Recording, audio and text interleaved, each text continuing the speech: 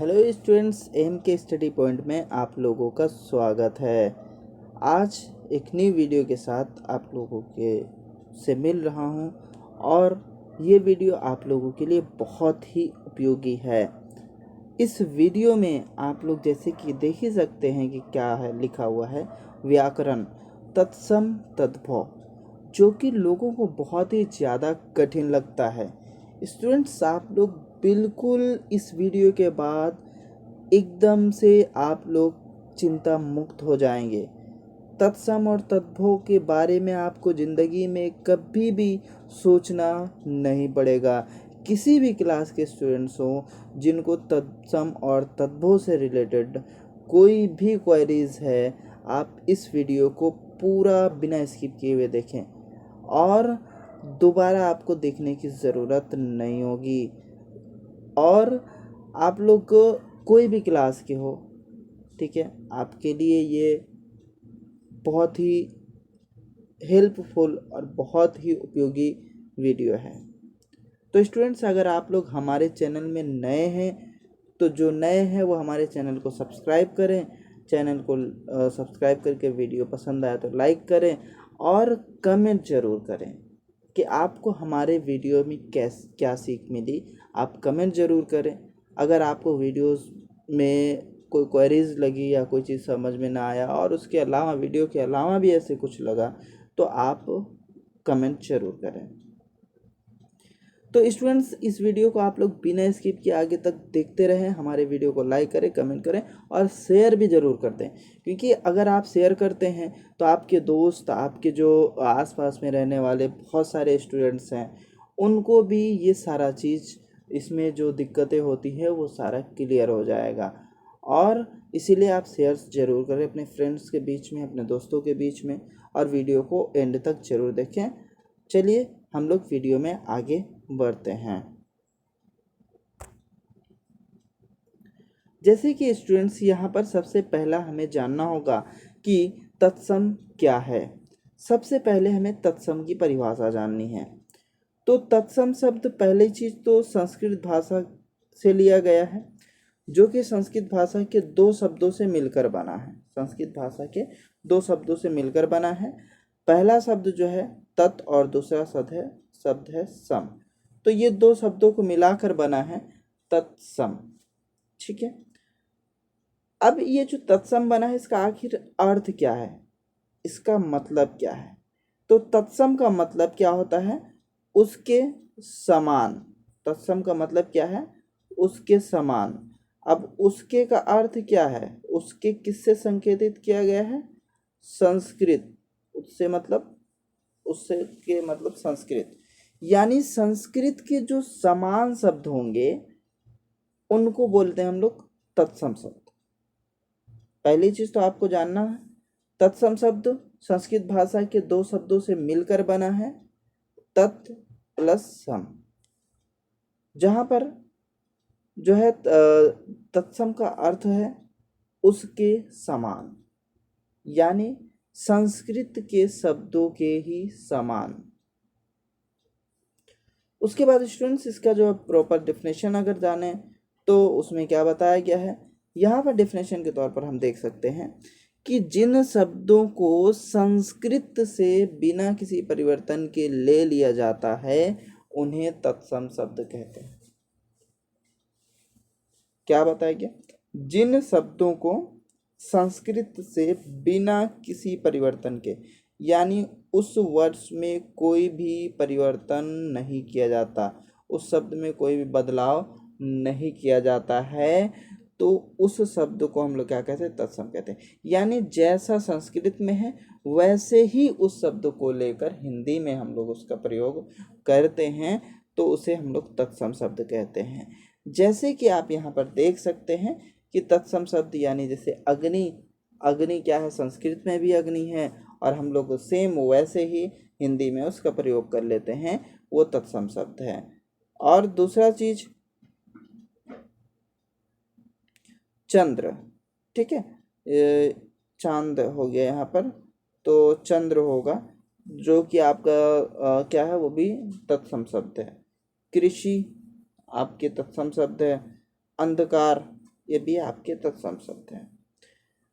दूसरी चीज़ यहाँ पर आप हमेशा स्टूडेंट्स ध्यान में रखेंगे कि जहाँ पर कोई भी शब्द आधा मिलता हो, शब्द में कोई आधा मिलता हो, जैसे कि यहाँ पर गा आधा है, यहाँ पर त्रा है, यहाँ पर री है, यहाँ पर ना है, तो इस तरह से जब भी ऐसे कोई शब्द मिलते हैं तो ये शब्द मुख्यतः तत्सम के शब्द होते हैं। तो आप अगर ऐसे कोई शब्द देखें जो कि दिखे कि ये सरल ढंग से नहीं है, सरल शब्द नहीं है, नॉर्मल शब्द नहीं है, तो आप उसे समझ जाएंगे कि यह है मेरा तत्सम शब्द है। ठीक है स्टूडेंट्स, उसके बाद आगे बढ़ते हैं।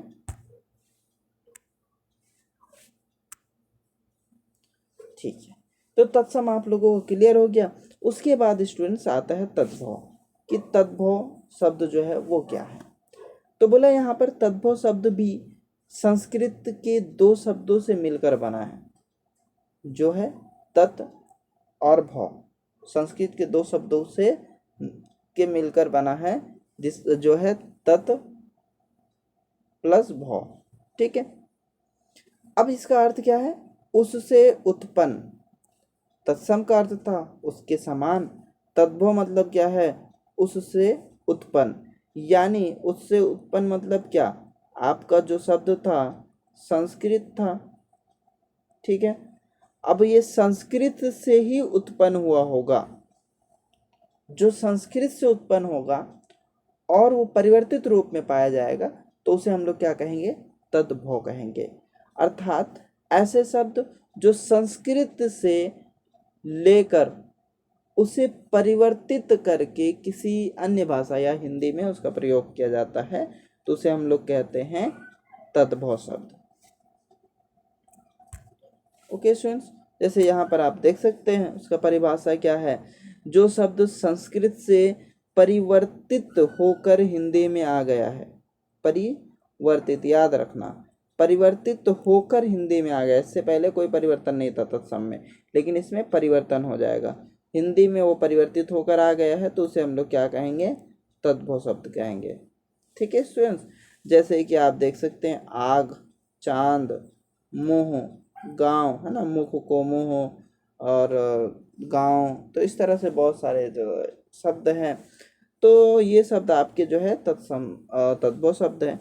और अक्सर तद्भव शब्द जो होते हैं वो बोलने या फिर पढ़ने में बहुत ही सरल ढंग के होते हैं, इसलिए जो भी शब्द जो है सरल ढंग के ना हो वो तत्सम शब्द होते हैं, और जो सरल ढंग से बोले जाते हैं या लिखे जाते हैं उन्हें तद्भव शब्द कहते हैं, जो कि इस तरह से आप देख सकते हैं।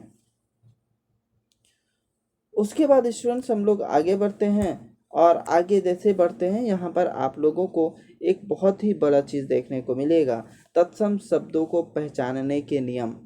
यानी यहाँ पर हम लोग जानेंगे कि जो तत्सम शब्द है उनको कैसे करके पहचानेंगे, है ना, उनके पहचानने के लिए कुछ क्या है, नियमावली है, नियम है। तो आप कैसे पहचानेंगे उन्हें। सबसे पहला नंबर 1 पॉइंट यहाँ पर दिया हुआ है कि आपको तत्सम शब्द कैसे पहचानना है। सबसे पहले तत्सम शब्दों में वा का प्रयोग होता है। किसका प्रयोग होता है, वा का प्रयोग होता है। जैसे कि जो वा होगा वो तद्भव शब्द में क्या हो जाएगा, बा बन जाएगा। ठीक है, यानी तत्सम शब्द में वा और तद्भव शब्द में बा हो जाता है। जैसे कि तत्सम में हम लोग वन बोलते हैं और उसी को अगर परिवर्तित रूप हिंदी में देखा जाए तो बन हो जाता है। ठीक है, और तद्भव शब्द हम लोग यहाँ पर तत्सम शब्द देखते हैं दूर्वा, और जो हिंदी में देख लेते हैं उसका तद्भव शब्द जो है वो हो जाता है दूब। तो इस तरह से आप यहाँ पर जो है पहला जो नियम था वो आप देख सकें कि तत्सम जो शब्द होता है उसमें वा का प्रयोग होता है। और दूसरा नियम की तरफ हम लोग बढ़ते हैं, और दूसरी नियम में यहाँ पर बताया गया है कि तत्सम शब्दों में रा की मात्रा का प्रयोग होता है। यानी आपके पास जो रा है उसकी जो मात्रा है, ठीक है, तो वो तत्सम शब्दों में प्रयोग में आता है। जैसे कि आप यहाँ पर देख सकते हैं आम्र, ठीक है, तो आम्र में उसकी मात्रा है और उसका तद्भव शब्द क्या है, आम है। और ताम्र, इसमें भी उसकी मात्रा है, तद्भव शब्द क्या है, तांबा है। ठीक है, तो इस तरह से आप क्या करेंगे वहाँ पर इन सारे चीज़ को भी देख सकते हैं।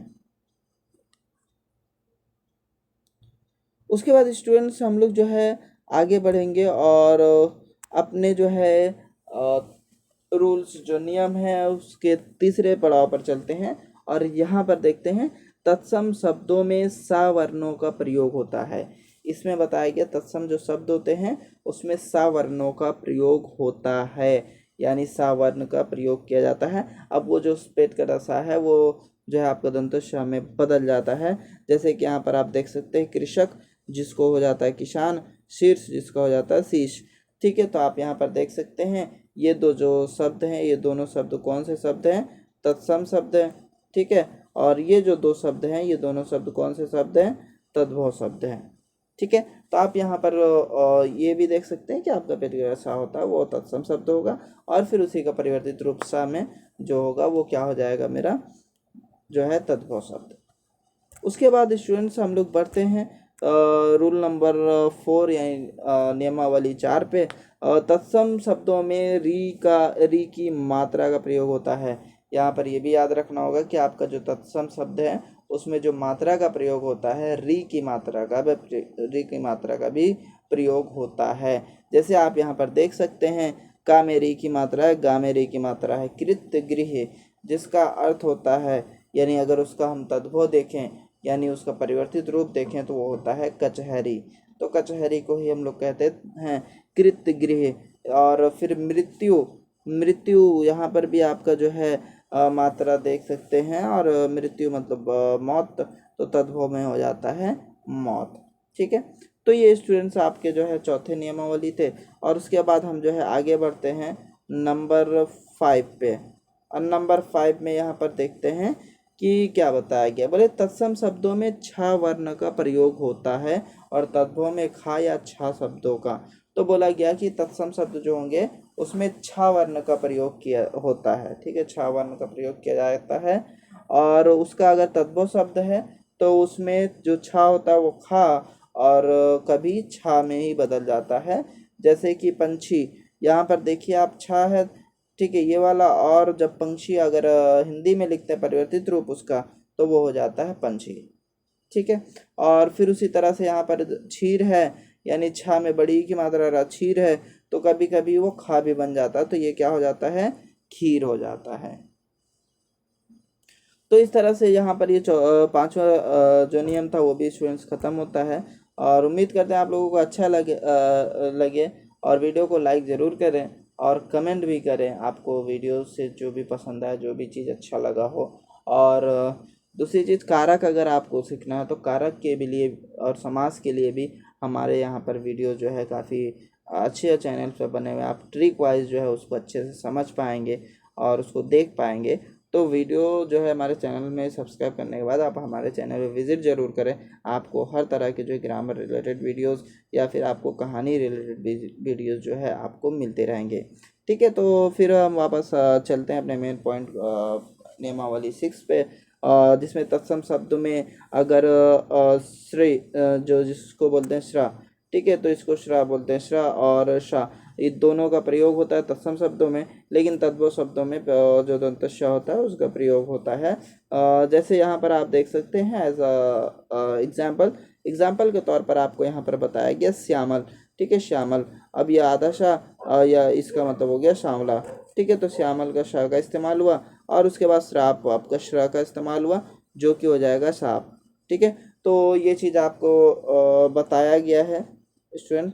तो यहाँ पर आप इन चीज़ों पर थोड़ा सा ध्यान देंगे। ये आपके 6 नियमावली थे। 6 नियमावली को आप बस आसानी से एक बार देख लें, उसके बाद कभी भी आपको तत्सम और तद्भव शब्दों में किसी प्रकार की परेशानी होने वाली नहीं है। चलिए स्टूडेंट्स हम लोग आगे बढ़ते हैं और आगे बढ़ते हुए हम लोग कुछ जो है एग्जाम्पल्स की तरफ बढ़ते हैं और कुछ एग्जाम्पल्स को देख लेते हैं। जैसे कि यहाँ पर आप देख सकते हैं तत्सम और तद्भव, यानी एक तरफ तत्सम दिया हुआ और फिर उसका जो है तद्भव रूप दिया हुआ है। सबसे पहला चीज़ आपको यहाँ पर देखना है क्या है? अनार्य। ठीक है, जो अनार्य होता है उसको बोलते हैं हम लोग अनाड़ी। ठीक है, जो आश्चर्य होता है उसको अचरज और जो अक्षर होता है उसको अक्षर कहते हैं। ठीक है, तो छा का पता ही है आपको, छा में बदल जाना। अगम्य का क्या है? ठीक है, अगम हो जाता है, यानी आधा माह हम बोले थे, आधा माह ज़्यादातर आधा चीज़ें यहाँ पर इस्तेमाल होगा। देख लीजिए यहाँ पर भी रहा है, यहाँ पर आधा शाह रहा है, ठीक है। यहाँ पर आधा माह है। फिर अष्टादश, यहाँ पर आधा शाह है तो 18। और अग्नि, यहाँ पर आधा ग है तो अग्नि मतलब आग होता है। तो इस तरह से आप यहाँ पर जो है इन एग्जाम्पल्स को देख लिए। उसके बाद आम्रचूर, यहाँ पर भी देख सकते हैं आप, आधा है, ठीक है। यहाँ पर भी तो आमचूर मतलब होता है आमचूर। और ठीक है, आमलक यानी आंवला, आमलक को किसको बोलते हैं, आंवला को बोलते हैं। अमृत यानी अमोल, ठीक है। अमूल मतलब जो है अमोल यानी जिसका कोई मूल्य ना, अमोल। और अंगुली, अंगुली मतलब होता है अंगूरी, यानी जो आपके हाथ की उंगली होते हैं उसको बोलते हैं अंगुली और अंगूरी। पक्षी मतलब पक्षी मतलब होता है पांखी, यानी जो, सॉरी पक्षी नहीं, सॉरी अच्छी, अच्छी मतलब होता है आँख। और अटालिका मतलब होती है अटारी। तो आप यहाँ पर ये भी देख सकते हैं, अटालिका जो थी आपकी संस्कृत भाषा की थी, और अटारी जो है आपकी हिंदी भाषा में उसी का परिवर्तित रूप है। स्टूडेंट्स फिर आगे जो है हम लोग कुछ और नियम्स, कुछ और रूल्स को देखेंगे। तो इस रूल्स में बताया गया ईर्ष्या, यानी ईर्ष्या का ईर्ष्या होता है, और उज्ज्वल का उजला होता है, ठीक है।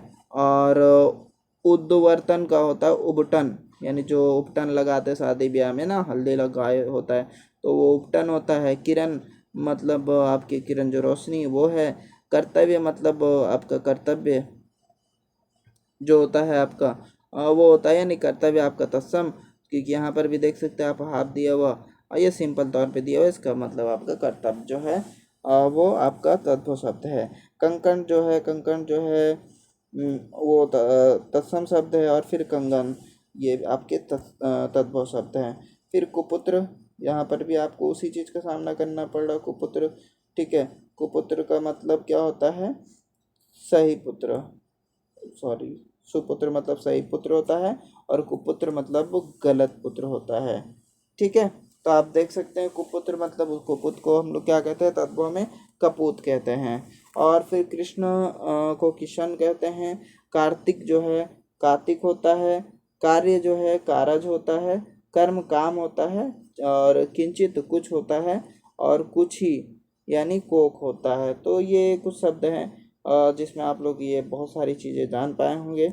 और फिर आगे बढ़ते हैं स्टूडेंट्स। और आगे यहाँ पर बताया गया है कि चैत्र यानी चैत, छिद्र का होगा छेद, यमुना का होगा जमुना, ज्येष्ठ का होगा जेठ, और जीवा का होगा जीभ, ज्योति का होगा ज्योत, ठीक है। तपस्वी उसकी होगी तपसी, ऋणी का होगा तीन, त्रीनी मतलब तीन, ठीक है। और तुरंत तुंद मतलब तोंद, और आस्तन का होगा धन, और दधी यानी दही जो होता है उसको कहते हैं दधी। और दीप शलाका यानी दिया सलाई हो जाएगा आपका दीप शलाका। और फिर दीपावली यानी दीवानी, ठीक है। दीपावली हो जाएगा दिवाली। और फिर हो जाएगा दुर्वा जिसको बोलते हैं दूब। और फिर हो जाएगा दुग्ध जिसको बोलेंगे दूध, ठीक है। और द्विप्रहरी यानी दोपहरी, जो दोपहर का मौसम होता है उसको कहते हैं द्विप्रहरी मतलब दोपहर, ठीक है। तो ये शब्द आपके जो है बहुत ही यूज़फुल होने वाले हैं स्टूडेंट्स। तो उम्मीद है आप लोगों को वीडियो पसंद आई हो, और आप हमारे चैनल में नए हैं, आप सब्सक्राइब करें, कमेंट ज़रूर करें। कोई भी क्वेरीज हो, कोई भी चैप्टर के रिलेटेड आपको पूछना हो, किसी भी तरह के क्वेश्चन हो आपके हिंदी के रिलेटेड, तो आपको जो है कमेंट जरूर करें। और इसी तरह से हमारे चैनल को सब्सक्राइब करें, और भी लोगों तक शेयर करें, और चैनल को सब्सक्राइब कराएं, ठीक है। ओके स्टूडेंट्स, धन्यवाद। और हम लोग फिर आगे नेक्स्ट वीडियो के साथ मिलेंगे।